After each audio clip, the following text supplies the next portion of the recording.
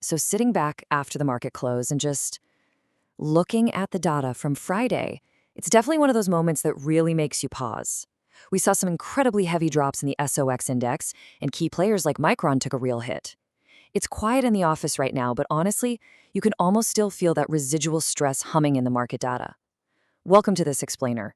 We're not here to act like panicked news anchors reading a breaking alert. We just want to take a breath, look at the underlying structures, and really make sense of the sentiment. Because frankly, the raw numbers, they're only half the story. The real story is the psychology behind those numbers. To be honest, staring at Friday's close, the immediate question that jumps out, and I know this is the exact anxiety everyday investors are feeling right now, is simply this. Is the AI hardware story finally ending? What is the hidden stress behind this massive tech drop? Because when you see AI hardware and semiconductor equipment collectively under pressure like that, the natural human reaction is just to assume the whole thesis is broken. People are genuinely sweating. They're wondering if the bubble just burst.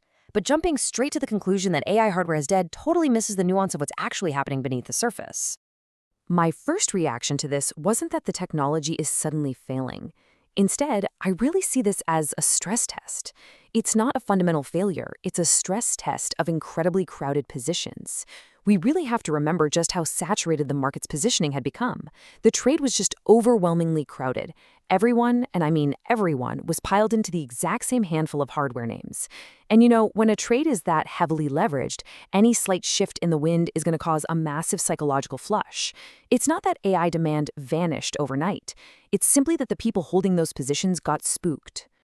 So let's pause for a second and think about what this really means for an ordinary person trying to navigate this space.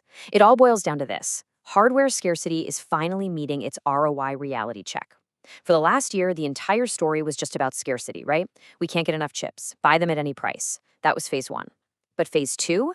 Phase two is always the reality check. The market is shifting from this blind belief in infinite hardware scarcity to demanding actual, quantifiable return on investment. It's a major transition from pure hype to strict financial verification. Investors are essentially standing there saying, okay, we built the infrastructure, now show me the money. And that transition, it brings up a very specific set of anxieties that are absolutely keeping institutional investors awake right now. First off, is compute forever scarce? Well, obviously not. Second, are the cloud giants actually going to slow down their capital expenditures? Yeah, the headlines looked amazing for months, but if you look at the potential for capex fatigue, it's a very different story. And then there's the big one. When does all this AI investment turn into actual bottom-line profit? Plus, we started seeing those rumors last week about some companies potentially renting out their excess compute capacity. Now, does that mean compute is completely oversupplied? Not necessarily, but those rumors alone carry immense psychological weight. They are more than enough to cool down those over-leveraged, high-flying hardware positions. Which brings us directly to Micron, MU, and the broader storage chain, like HBM and DRAM. Look, these are absolutely vital pieces of AI infrastructure. Nobody is debating that. But the problem is, they were priced for absolute perfection. That's the real danger of a crowded trade. Following earnings, the market had already priced in maximum optimism. And when a stock is priced for perfection, it has literally zero margin of safety.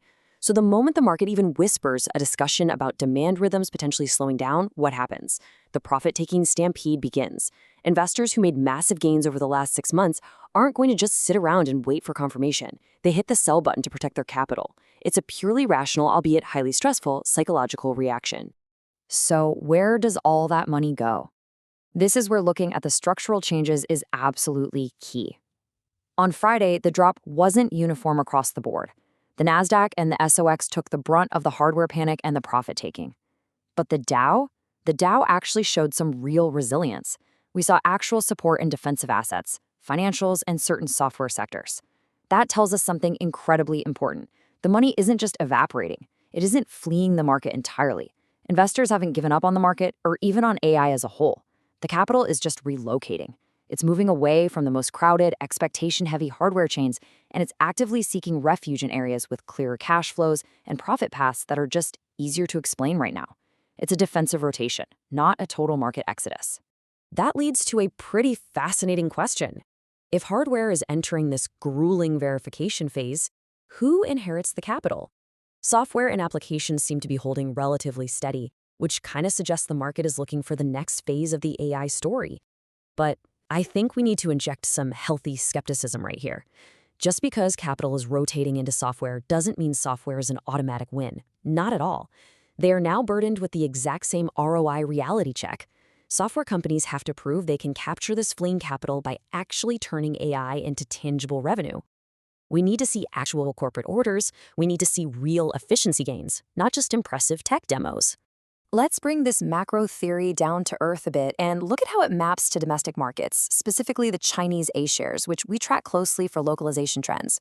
When external emotional volatility hits overseas, you really have to look for structural clues locally. We watch three main things. First, we assess the resilience of semiconductor equipment and advanced packaging against the panic overseas. Do they hold up or do they fold? Second, we monitor domestic storage and localization support.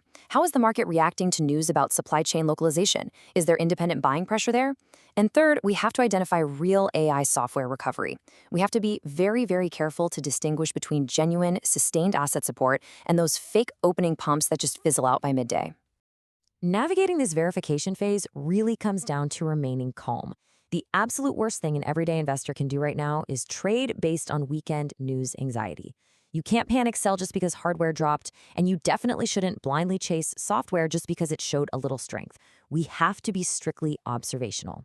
There are three key indicators we're watching closely right now. First, sector support. Is there actual buying pressure stepping in? Second, leadership momentum. Are the flagship companies in the sector actually driving the trend? And third, volume. Does the trading volume actually confirm the price movement, or is it just a low-volume head fake? It's really about letting the data prove the narrative rather than letting the narrative drive your emotions. Which brings us to our final thought for this explainer. The entire market ecosystem is fundamentally shifting right now. It's moving from believe the hype to prove the returns. And as independent researchers, we constantly have to remind ourselves and everyone watching, this is an observation of structure, not a signal to buy or sell. We aren't doing stock recommendations here. We're just holding a mirror up to market sentiment. So the ultimate question you really have to ask yourself as you look at your own portfolio on Monday morning is this. Are you reacting to the after-hours emotion of the crowd? Or do you have the patience to wait for real ROI validation? Because in a market that has suddenly stopped blindly believing the hype, patience and clear observation aren't just virtues, they are your only real edge. Thanks so much for joining us for this explainer.